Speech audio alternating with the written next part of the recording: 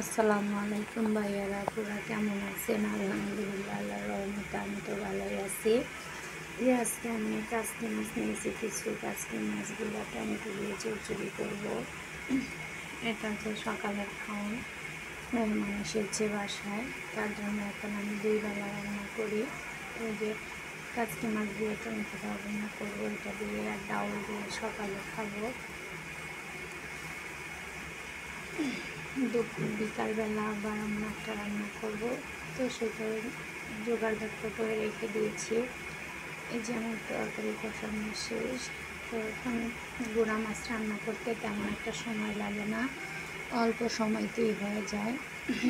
ধনেপাতা দিয়ে দিলাম, কারণ টমেটোটা কষায় নিলে অল্প একটু সময়ের মধ্যে হয়ে যায়।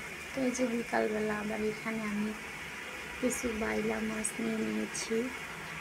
এটাকে সাগরের বাইলা মাছ বলে।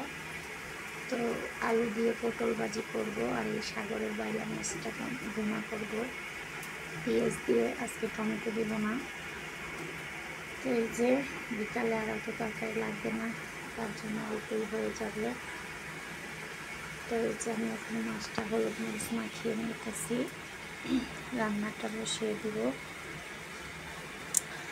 মাছটা ভেজে রান্না করলে, বাইলা মাছ তো দেশিটা দেখা যায় একদম নরম, মানে কড়াইতে দিলেই ভেঙে যায়, তো অনেক কষ্ট হয় দেশি বাইলাটা রান্না করতে। আর এইটা রান্না করতে একটু ভালোই সহজ দেখা যাচ্ছে, ভাবছি কি সুন্দর হচ্ছে, এত ভেঙে নাই। আর এখানে পেঁয়াজ বেশি করে দিয়েছি রান্না করার জন্য, মাছটা পেঁয়াজ দিয়ে রান্না করবো, এই কারণে বেশি করে পেঁয়াজ দিয়েছি।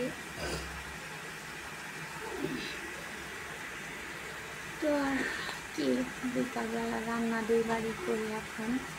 আর বিকালে মেহমানের সাথে বিকালবেলা একটু এদিক সেদিক বের হই, কারণ মেহমানের তো আমার এখানে অনেক আত্মীয় স্বজন আছে, দেবর, চাচা, শ্বশুর, ভাগনা ভাগ্নি অনেকেই আছে।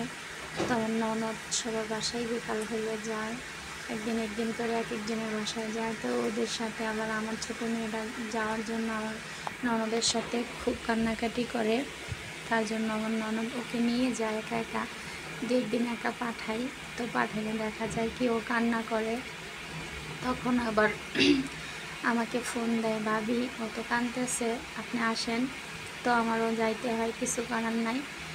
এই যে আমার রান্না শেষ, বান্না করে রেখে দিয়ে নিচে যাব, কারণ এখন একটু সন্ধ্যার আগে রান্না করে নিলাম।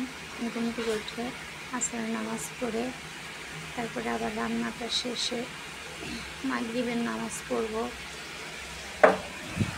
মাগরিবের নামাজ পড়ে দেখা যায় একটু ওনাদের সাথে বের হব। তাই এই যে রান্না কমপ্লিট, এখন বিকালবেলা একটু আম কেটে নিয়েছি, আর আম খাবে। আর এখানে শ্যামাইও কিছু নিয়েছি, রান্না করব, বাচ্চারা শ্যামাই খাবে, যেন শ্যামা রান্না